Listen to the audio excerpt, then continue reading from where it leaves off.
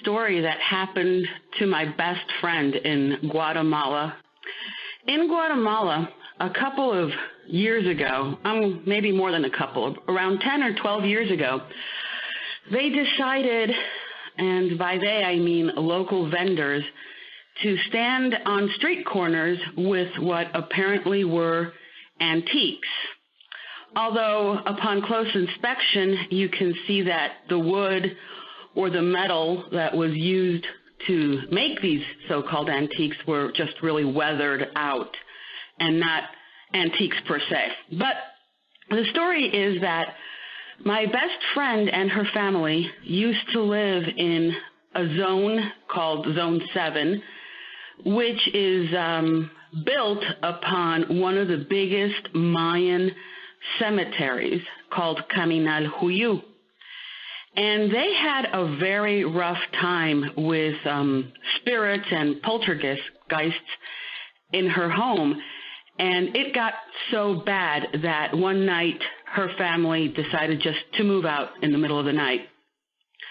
Her mother basically sold the house 2 days later, and they bought an apartment building in another area, Zone 15, which was basically new. It wasn't any of the old spots in Guatemala City. So they were relieved because it was a spanking brand new apartment. But her mother, when she was out shopping one day, spotted a beautiful Virgen del Cobre, or the Copper Virgin, which I believe is Cuban. I'm not sure about that. And she decided to buy it on the spot. She haggled with the vendor, and she brought home to the new home this supposedly antique statue sculpture in wood of a virgin. She put it in the foyer of the apartment, and it was practically that same night or the next day that things started happening in this apartment again. And the whole family like, oh no. I mean, we just were run out of our home because of something similar, and it followed us home. You know, it followed us to the new place. This can't be going on. So it was basically, they would see shadows in the living area. They would hear footsteps. Furniture would sort of be rearranged. And it was just really in the living room, dining room area, which, of course, the foyer opened up into. They had no other resource than to call a priest, a very famous priest in Guatemala who is, I believe back in those days, the only one that had permission, license, certified, whatever it is they get, to actually perform exorcisms. So they explained the situation to him, and it wasn't immediately that he came over, but when he finally got around, he walked into the home and said basically that there was a demonic presence, that it didn't belong to the apartment, and it didn't belong to the family. It wasn't following the family around. So he basically asked, I guess, what is now known to be common questions. Have you had any strange visitors? Have you recently acquired an antique? Things like that. And then finally her mom remembered, oh, you know, I did buy this statue of the Virgin of the Copper Virgin. And, well, it's an antique, but it's a virgin. I mean, it's a religious icon. It can't have anything bad to it. The priest took it and immediately said, no, this is a religious icon, but devil-worshipping groups or black magic witchcraft, which is very popular in the tropics, more than what you would think it is. This statue has been used in some sort of witchcraft / black magic ritual. And whatever they conjured is attached to the statue. So he basically asked if he could, take the statue to cleanse it. They, of course, said, yes, take it. He did a cleansing sacrament or ritual in the apartment, and he took the Virgin, and I think basically it was that the statue had to be present in X amount of masses, and then it would be clean. So he took the statue. Things ceased immediately. And after the statue had been cleansed, he offered to return it, but her family said, no, no, no, no, no, you can keep it. And actually, the statue is still at the church where it was taken to be cleansed. So, yeah, antiques maybe will have a haunting attached to them or a presence attached to them, but not always, because whoever previously owned them was very attached to them in life. But because there are other forces, you can believe that or not, that come attached to things, objects that have been used for other things.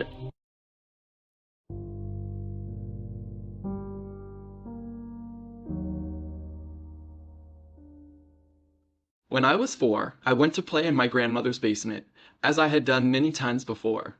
There were 3 rooms down there, though I only knew of 2 because I could actually see the second room.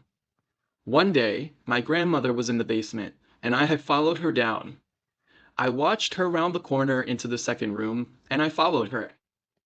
When I got to the second room, she was stepping into another room that was on the other side of the second room. I turned back and went upstairs to wait for her. A few days later, I snuck into the basement and went to the second room, heading for the third room. I stood at the doorway of the third room and just looked around. The ceiling, floor, and walls were dirt, and the door opened into the wall of the second room. The basement itself had concrete floors, stone walls, and a wooden rafter-style ceiling, but the third room was just dirt. There was a single light in the corner that ran from an extension cord connected to the ceiling in the second room. I mustered up the courage and went to step down into the room when I heard a man's voice say, "Don't go in there." I turned around to see who was down there with me, but I was the only one. I ran upstairs and told my grandma what had just happened, and she assured me that it was just the 2 of us in the house. She then said, "What's there in the dark will always be there in the light," something I've carried with me to this day. We went downstairs to check it out, but my feet wouldn't move past the doorway to the second entrance. The only time I went back to the basement was to wash clothes when I was older, late 90s. I never heard the voice again, yet the hair stood on my arms and the back of my neck. My grandmother sold her home in the early 2000s. I tried to go back down there while all of the family was in and out of the house helping her move, but I couldn't bring myself to go back to that room. To this day, I can still hear the man's voice, and thinking about it, I can still feel the air and the eerie feeling of that moment.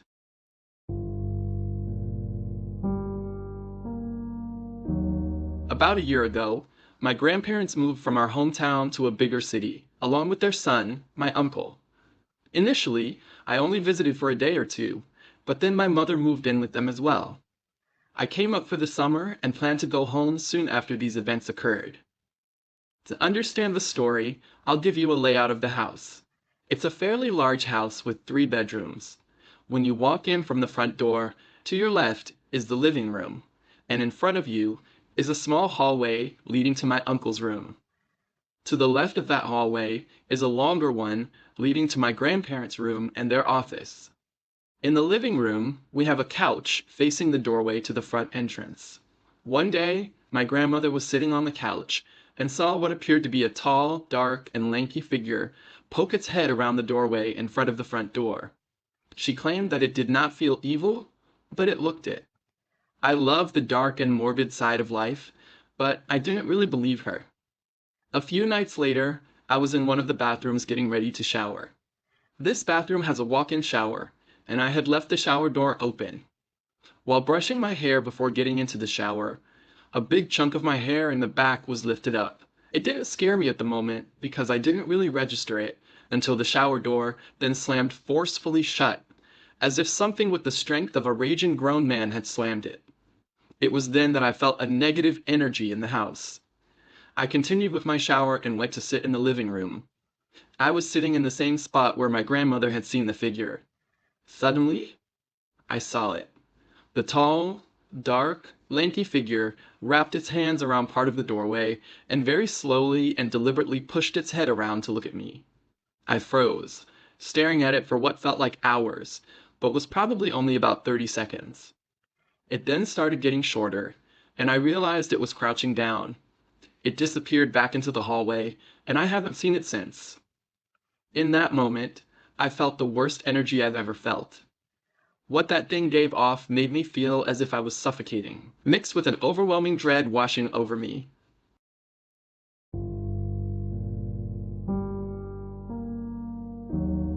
When I worked as a Connecticut State Park maintenance worker, I saw some creepy things. One day, my coworker and I were driving up a road when he realized he had taken the wrong turn and tried to turn around. Now, my coworker was autistic, nothing wrong with that, but he had a tendency to hit things while driving. Sure enough, he wedged the truck between two rock walls. As we were figuring out how to fix it, we looked outside and noticed a figure standing by the side of the road, not moving. At first, we thought it was a Halloween decoration, but then the figure ran to the middle of the road, about 30 yards away from us. It was a little girl, barefoot and wearing an oversized 80s band t-shirt. She just stood there, staring at us. I waved, and she returned the slowest, creepiest wave I've ever seen. I started to get concerned, as it was about 50 degrees out, and I didn't know if the kid was lost or needed help. I told my coworker, "I'm going to see if she needs help." So, I walked up the hill to where she had been standing. But when I got to the top of the hill, she was gone. Next to me was an old, creepy red house with little tight cars and toys scattered in the yard, all of which looked like they hadn't been moved in decades. I thought it was eerie, but I turned back and headed to the truck. When I got back, my coworker turned to me and said, "Did you notice she had black eyes?"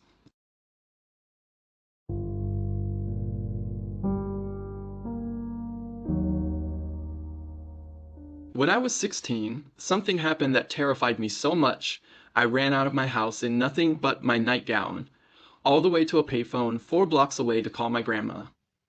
It was 2 a.m., and I was wide awake. I remember sitting on the edge of my bed, legs crossed under me, reading a book. There was a huge mirror on the wall directly across from my bed, about 3 feet tall by 4 feet wide. Suddenly, I felt like I was being stared at. I looked up from my book and saw a woman in the mirror. She was wearing a red tank top, and I could only see her from just above her stomach up to her head. She had long, light brown hair pulled back, and she wore glasses, brownish red in color. She looked like she was holding herself up on one of the shelves just above my bed. The most chilling part was her expression. She had the most evil look on her face, and it froze me with fear. I screamed and quickly glanced at the shelf where she seemed to be, but no one was there. I looked back at the mirror, and she was still staring at me. In a blind panic, I bolted out of the house and ran to the nearest payphone. When I called my grandma, she told me the woman was most likely a demon. She advised me to tape a miraculous medal to the mirror where I had seen her and hang rosaries on the mirror and the shelf. Desperate to make it stop, I did exactly what she told me. After that, I never saw the woman again. The terror I felt in that moment is hard to describe. What still strikes me as strange is how modern the woman looked. She wasn't like a ghost from the 1800s or anything like that. She was wearing glasses and looked like someone you could see today. Even now, thinking about her gives me the heebie-jeebies.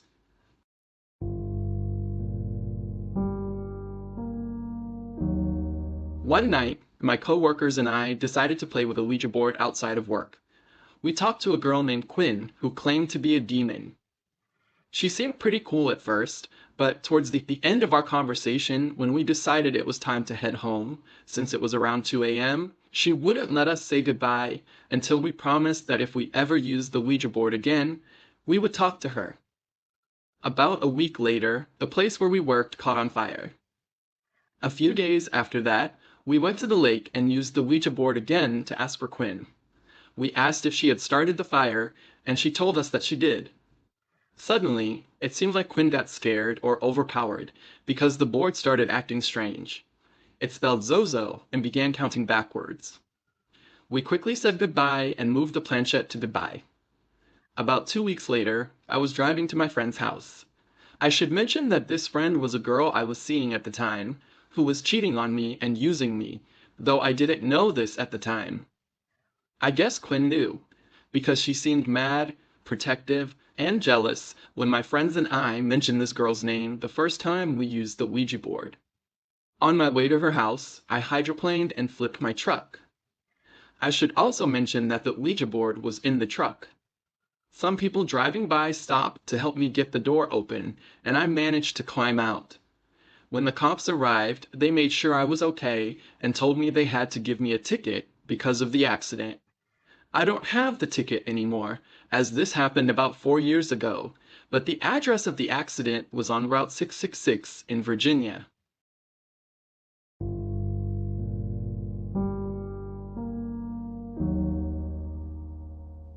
It all started in 2016 when I moved into an apartment in New Brunswick with my daughter, Christine, who was just 2 years old at the time. A few months after we settled in, I overheard her talking in her room. I went in and asked, "Who are you talking to?" She pointed to her bed and said, "It's Mackie. He's sitting there." I froze, unsure of how to respond, and simply walked away, trying to process what I had just heard. A few days later, while visiting my mom, I saw Christine playing on a little slide. I noticed her wave her hand as if saying no, but there was no one there. She came running over to me, looking concerned, and mentioned Mackie, but didn't elaborate. Later that night, I asked her what Mackie looked like. She told me he was 4 years old and had bobos. When I asked for more details, she looked beside her and said, "He was sick. He has tubes coming from his arms, Mom." Then she ran off, leaving me unsettled.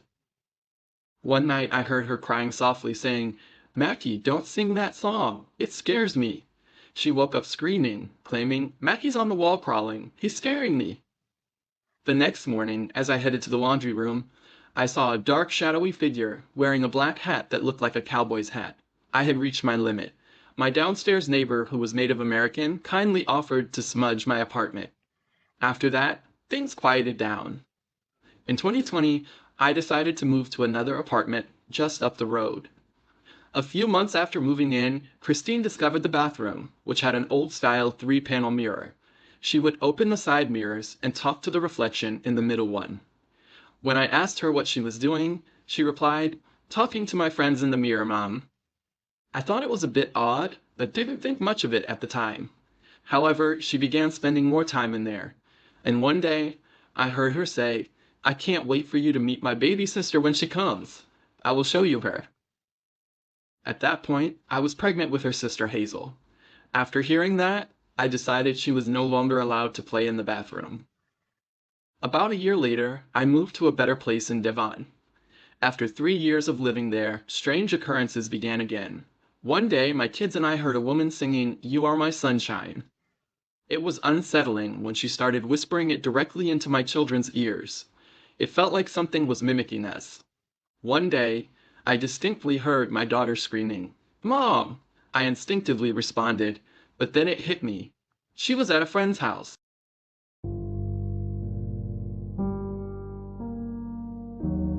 My sister and I are somewhat sensitive to the spiritual world. I have many stories I could tell you, but I'll begin with some recent experiences that have thoroughly freaked us out. A little bit of background on where my parents live. It's the foothills of Appalachia, and the previous owner of this land was splitting their property and selling each section. My parents were told that the previous owner had always heard non-English speaking voices coming from outside in the middle of the night. My parents have had the same experience. My sister, my mom, and I have heard baby cries when my children are either asleep or not here. I saw a spirit on the side of the road at the very edge of my parents' property when I was driving home. Now on to the main event. My parents had this house built in 2015, but they had the contractor leave the upstairs unfinished. My dad installed everything that is currently up there. I used to hang out in the unfinished area when I needed time to myself, but after it was finished, I started to get this dark feeling around the stairs. It felt like something was angry and following me around. I'm a visual thinker, and I kept thinking that something angry was about to round the corner at the stairs and chase me down. Even though I was 16 to 17 at the time, I eventually refused to sleep upstairs until I moved out at 18-19. My sister gets an uneasy feeling the same way. I haven't thought about it in years, but now my son is 3 years old and is telling me there is an angry monster following us around on the stairs. A couple of nights ago, I put up a protective sigil above the bedroom door. The thing isn't gone, but it doesn't seem to be able to get into the bedroom anymore. My son has stopped screaming when I turn out the bedroom light and doesn't wake up in the night like he had been. But last night, he told me the monster was trying to get in. To say I was freaked out is an understatement.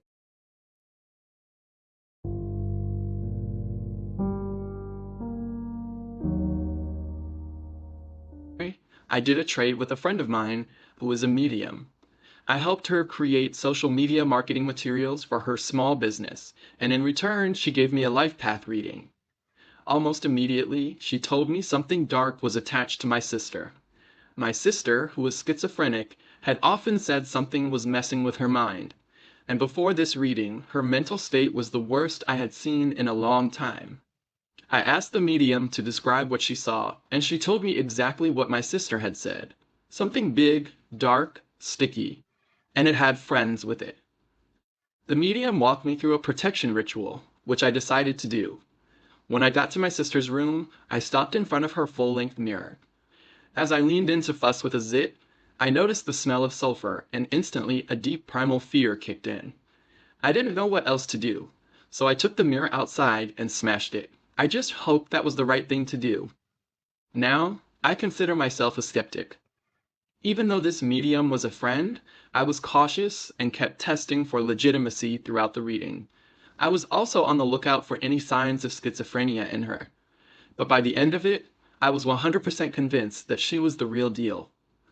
I waited until my sister was out of the house to perform the protection ritual. I didn't tell her about it because I wanted to avoid any self-fulfilling prophecy. When my sister returned home, she was the best mentally I had seen her in over a decade. The medium had said that these entities were feeding off her, constantly bombarding her, and she wouldn't be surprised if my sister let out an audible gasp after I did the ritual. She also warned me that my sister might see one of the protection symbols I put up, either rip it down or insult it, and then immediately say, "I don't know why I did that." That would be the dark entity speaking through her. So, to prevent this, I drew the symbols directly onto the walls so she couldn't tear them down. Sure enough, when my sister saw them, she said in a smirky tone, "I saw the swastikas you put up," but then snapped out of it and said, "I don't know why I said that." The medium had also warned me that the dark entity would be mad about me taking away its toy, and would show me its anger. For the next 4 days, I was on edge. I kept seeing movement out of the windows, feeling watched. Something slammed on the side of the house, and things started falling and breaking whenever I felt the most skittish. Even my cats were acting strange, staying close to me as if on guard, or sitting in a semicircle facing the door or window, as though they could sense something too. Then the medium told me something else, that an event was coming that could change everything for us, and if we didn't take the opportunity, we wouldn't enter 2025. The suffering would be too much. What was especially chilling about this was that I had never told her I had been thinking about ending my life. Not once. I hadn't been daydreaming about it. I had been actively planning it, thinking about the logistics and deciding when I was going to go through with it. Out of nowhere, she said, "So don't get the helium just yet." And I froze. I had never told anyone that my plan was to end it using helium. This whole experience completely shifted my worldview. It felt like something much bigger was at play, and it left me questioning everything I thought I knew.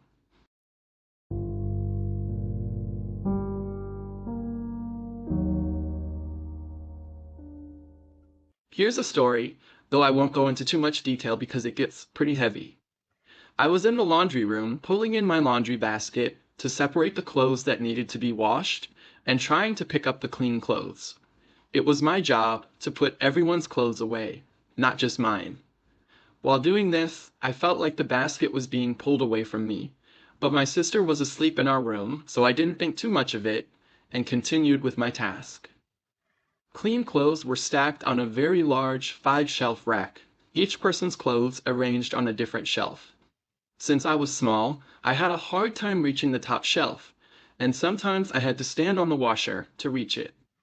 Needless to say, the rack, which wasn't attached to the wall, tipped over, and the clean clothes fell onto the floor.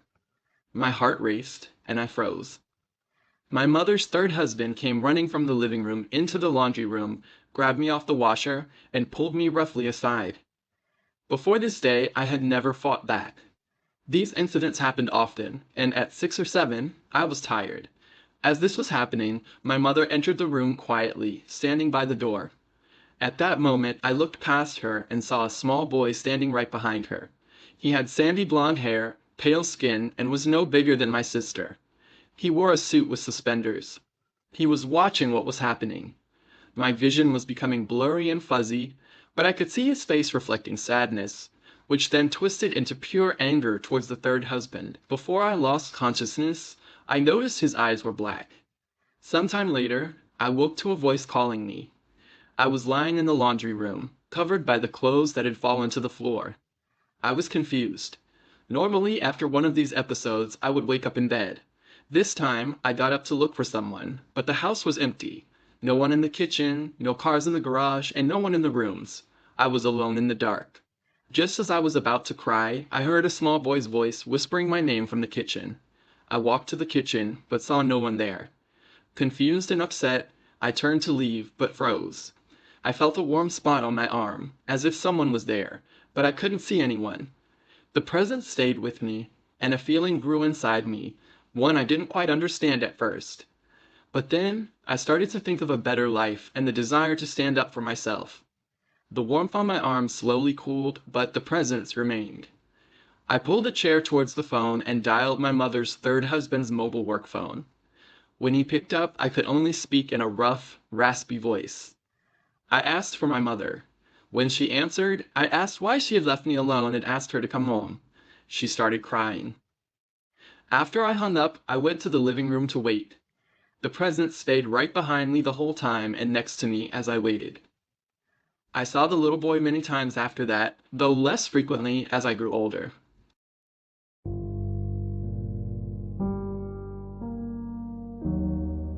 Last year, I met a girl, fell in love, and got engaged. She had 2 little girls whom I loved dearly. We all moved into a house together last October. At first, nothing too out of the ordinary happened. One morning, she came to me and told me she was pregnant. She explained that with her previous pregnancies, she suffered from severe postpartum depression, which breastfeeding could worsen. I suggested that we use formula so I could help with nighttime feedings, easing the burden on her. Fast forward 10 months and the baby arrived. We kept him in a bassinet at the foot of our bed. When it was my fiance's turn to feed him, she preferred bringing him into our bed. Worried about falling asleep, I would take the baby downstairs during my turns, lying on a beanbag and watching videos on my phone while he ate. The girls' bedrooms were across the hall from ours. The baby has a very distinct cry when he's hungry. One night last week, it was my turn to feed him around 3 a.m. I got up, made his bottle, and took him downstairs. Our dog and cats followed me.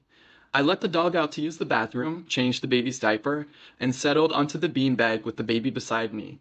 With the bottle in one hand and my phone in the other, I let him drink. He finished and fell asleep. I wasn't quite done watching my video, so I sat up and put his pacifier in. About a minute later, I heard his hungry cry coming from upstairs. I was confused and shocked. I froze for a few seconds. I thought I must be really, really tired. I put my phone away, looked down at my son, and just as I was about to stand up, I heard the cry again from upstairs. This time, there was no denying it. I turned on the flashlight on my phone and cautiously headed upstairs, trying to come up with a rational explanation, convincing myself that I was just hearing things. When I opened our bedroom door, my fiancée was sitting up, wide awake. I asked her if she heard it too, and she nodded. I said it sounded like the baby, but what was that? I had the baby with me. She suggested that maybe one of the girls made the noise. I handed her the baby and went to check on them. Both were sound asleep. The dog, the cats, and our baby had all been downstairs with me. None of them could have made that sound. I was really freaked out at this point.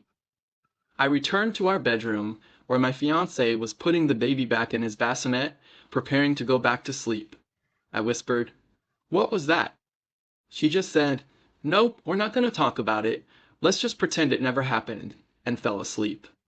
It's been about a week now, and there haven't been any other noises at night, but I still can't rest easy, knowing something might be there.